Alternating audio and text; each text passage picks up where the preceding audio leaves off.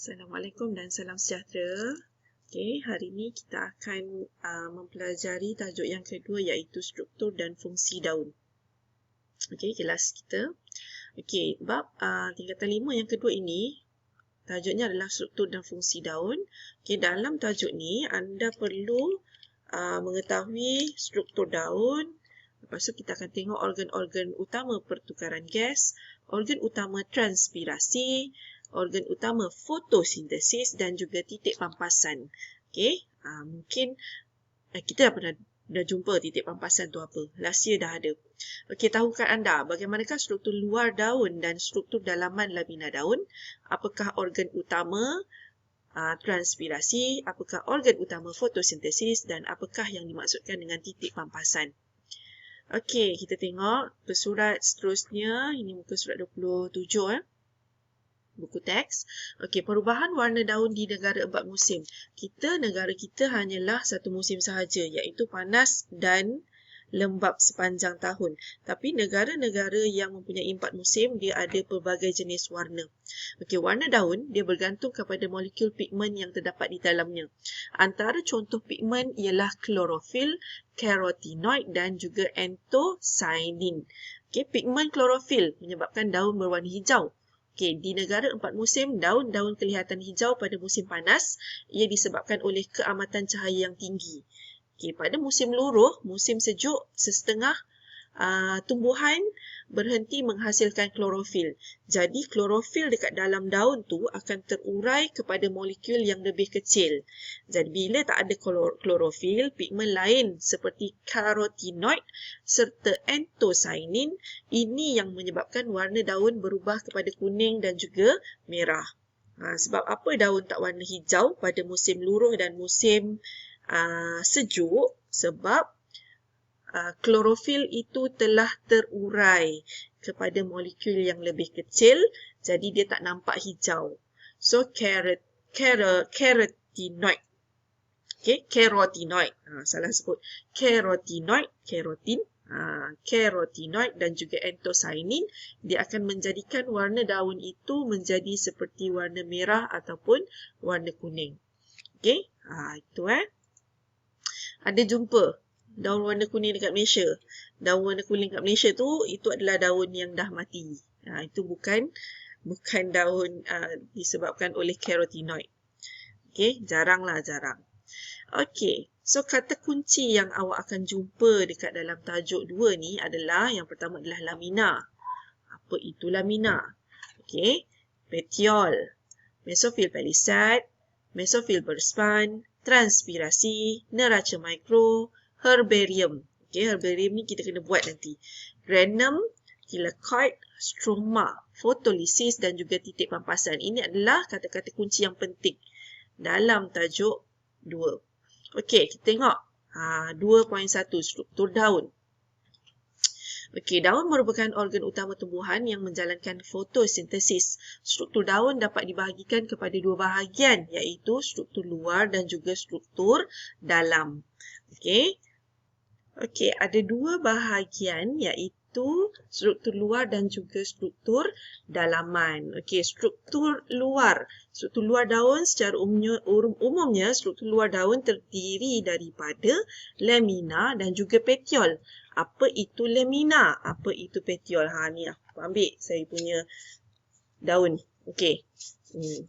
Ni adalah daun. Okey, tengok. Nampak tak? Okey, ini daun. Bahagian yang kepingan ini, kepingan ini kita panggil lamina. Okey, lamina. Bahagian dia punya tangkai ni, tangkai ini yang ni lepir, lepas tu tangkai ni kita panggil petiol. Okey, ini adalah struktur luar daun. Okey, lamina. Lamina merupakan bahagian daun yang lepir. Sini. Okey, lamina yang ni, lepir ni. Ini adalah lamina. Tukar colour lah, merah lawa. Okey. So, ini adalah lamina. Ini lamina. Okey, dan juga lamina merupakan bahagian daun yang lepir, nipis, rata dan berwarna hijau. Okey, permukaan daun tu lah. Itu adalah lamina. Lamina berbentuk lepir untuk menghasilkan permukaan yang luas supaya sel-sel yang mengandungi kloroplas di dalamnya ia terdedah kepada cahaya matahari secara maksimum. Okey, sebab dia daun macam ni. Daun bila luas permukaan dia besar, dia akan lebih terdedah kepada cahaya matahari. Lebih banyak proses fotosintesis akan dilakukan.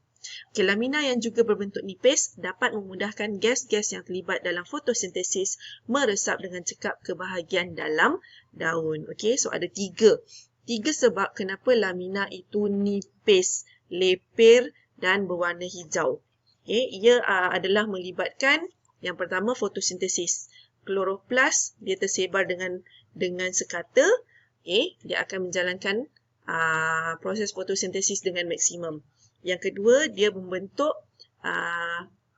lapisan yang nipis untuk memudahkan gas-gas yang terlibat dalam fotosintesis meresap dengan cekap ke bahagian dalam daun. Okay. Bila daun tu lebar, lebih banyak stoma. Bila lebih banyak stoma, gas karbon dioksida lebih mudah untuk masuk.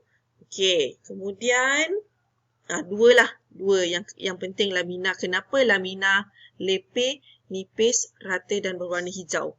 Okay, boleh buat soalan itu. Okey, yang kedua adalah petiol. Petiol ialah tangkai daun yang menyambungkan lamina pada batang. Petiol yang mengunjur ke dalam lamina membentuk jaringan urat yang menyokong lamina. Okey, sini. Ini petiol, ini petiol. Tengok So ini adalah petiol. Okey, zone activity. Actually kita boleh buat benda ni di rumah. Saya akan bagi task untuk awak buat. Ini adalah herbarium. Okey, herbarium. Herbarium merupakan koleksi spesimen daripada tumbuhan yang telah diawetkan melalui kaedah yang tertentu. Okey. Sediakan herbarium yang mengandungi pelbagai jenis tumbuhan yang boleh didapati di kawasan rumah anda. Lengkapkan dengan data seperti taksonomi, morfologi, ekologi dan geografi tumbuhan yang tersebut. Contohnya adalah pokok ni dia ambil pokok bunga raya. Okay, daun bunga raya dengan bunga raya tu sendiri. Okay, family adalah Malvaceae. Okay, nama saintifik untuk pokok bunga raya adalah Hibiscus rosa sinensis. Okay, nama tempatan kita panggil dia bunga raya. So, lepas tu kita kena nyatakanlah pengumpul siapa nama. Nombor sampel 14 ni mungkin 14 benda lah yang dia buat. Okay, kemudian tarikh dibuat, tempat, nota. Okay, nota ni kena buat daun berwarna hijau muda, separuh daunnya bergerigi di tepi yang menghala ke bahagian atas. Ini adalah morfologi daun. Morfologi itu maksudnya struktur. Okay, morfologi. Okay, bunganya menonjol, bilangan bunga sekuntum dan terletak pada hujung tangkai yang panjang. Okay, ini adalah dia punya ekologi dan juga geografi dia lah.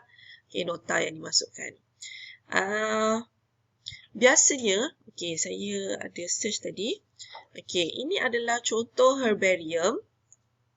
Okay, search je herbarium, banyak kan keluar. Okay, ini adalah contoh herbarium yang dibuat. Okay, caranya adalah dengan cara pengeringan sebenarnya. Pengeringan dan juga dimanfaatkan dengan benda yang berat. Selalunya buat macam mana? Masuk dekat dalam buku yang tebal dan tindihkan. Okay, itu adalah satu cara yang senang. Tapi saya rasa awak kena buatlah. Tak bolehlah masuk dalam buku. Mungkin akan merosakkan buku tu. Awak ambil satu kertas. Okay, kertas. Letakkan pokok yang awak nak buat herbarium. Okay, dan tindihkan lagi satu kertas. Barulah tindih dengan buku-buku yang berat. Okay, tinggalkan selama 1 hingga 3 minggu. So, boleh buatlah. Ambil gambar yang sebelum dan juga semasa. Semasa saya rasa macam tak payah kot. Ambil sebelum dan selepas. Okay, so ini task untuk tajuk yang pertama, tajuk daun ni. Okay, buat herbarium. Tak susah pun. Ambil pokok mak kau kat tepi rumah tu, kau buat macam ni. Atas kertas letakkan celah-celah ni, tindih pakai buku, tinggal. Okey. Okey, seterusnya. Struktur dalaman lamina daun. Okay, bagi kebanyakan tumbuhan lamina, daun tersusun supaya tidak bertindih. Kenapa dia tak bertindih? Okay, macam ni contoh ini daun Dia tak ada bertindih satu atas dua, dua atas tiga, atas. Tak. Dia terbahagi secara sekata. Kenapa? Ini membolehkan daun menerima cahaya yang optimum. Sebab dia tersusun secara mozaik tau. Okay. So, untuk menjalankan fotosintesis. Lagi satu. Kalau cara jawab, terangkan kenapa struktur dalaman lamina dia tidak bertindih, daun tidak bertindih. Okay, kerana ia membolehkan daun menerima cahaya yang optimum. Kenapa dia menerima cahaya yang optimum? Okay, untuk menjalankan fotosintesis. Ini adalah fakta dan ini adalah penerangan. So, awak dapat 2 markah untuk jawapan ni. Okay, susunan ini disebut mozaik daun. Mari kita kaji keratan rentas lamina daun dan penerangan struktur dalaman lamina. Okey, ini adalah struktur daun. Ini luaran. Tadi kita dah tengok yang ini adalah lamina dan ini adalah petiol. Okey, so sekarang kita tengok struktur dalaman daun. Dalaman daun, kalau kita ambil keratan membujur, ini adalah keratan rentas. Keratan rentas daun, kita akan dapat macam ni. Okey, lapisan pertama atas sekali ini adalah cuticle. Cuticle ni kita tak nampak tahu sebab cuticle adalah satu lapisan lutsina. Okey, bawah lutsina ni dia transparent dan kalis air. Okey, cuticle ni yang kalis air. Jadi air tak boleh meresap masuk secara mudah melalui atas dan juga bawah. Okey. Kemudian epidermis, ada satu sel epidermis juga lutsinar, transparent. Kenapa epidermis atas dan juga cuticle itu transparent? Sebab untuk membolehkan cahaya matahari menembusi dan terus pergi ke sel mesofil palisad yang ada klorofil. Mesofil palisad ni paling banyak klorofil. Okey. Yang kedua banyak adalah di bahagian mesofil berspan dan yang ketiga ada dekat dalam sel pengawal. Okey, 3 tempat ni yang ada klorofil. Paling banyak, paling padat adalah dekat sel mesofil palisad. Okey, kalau kita tengok sel mesofil palisad disusun secara menegak dan juga rapat-rapat. Okey, mesofil berspan pula dia susun secara longgar. Tak rapat. Bersepah-sepah dan dia tak rapat. Okey, bahagian bawah nanti kita tengok kenapa. Okey, bahagian bawah sekali ada sel epidermis bawah.